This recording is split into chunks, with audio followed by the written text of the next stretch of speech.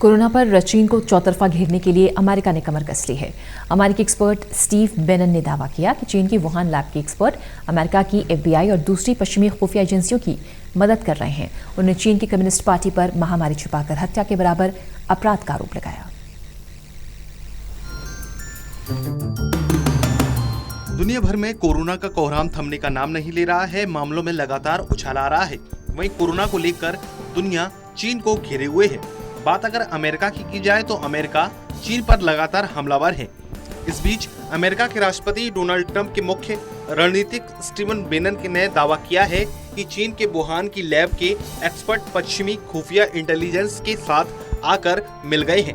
उन्होंने कहा है कि उनकी मदद से एजेंसियां पेइचिंग के खिलाफ इस बात का केस तैयार कर रही हैं कि कोरोना वायरस की महामारी वुहान की वायरोलॉजी लैब से ही लीक हुई थी।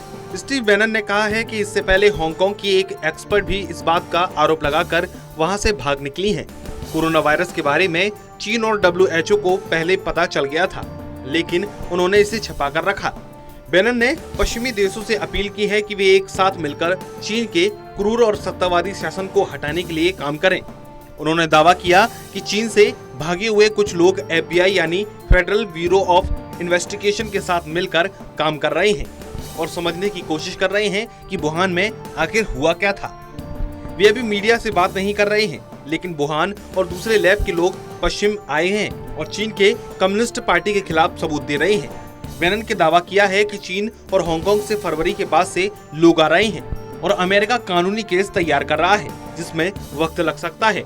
अमेरिका के नेशनल सिक्योरिटी काउंसिलिंग में शामिल रह चुके बेनन ने कहा है कि जासूस यह केस तैयार कर रहे हैं कि चीन के लैब में सार्स जैसे वायरसों की वैक्सीन और दवा तैयार करने के एक्सपेरिमेंट के दौरान वहां से वायरस लीक हो गया। आशंका ये भी जताई गई है कि लैब में ऐसे खतरनाक एक्सपेरिमेंट किए जा रहे थे जिनकी इजाजत नहीं थी और वायरस किसी इंसान के जरिए या गलती से लैब से बाहर आ गया।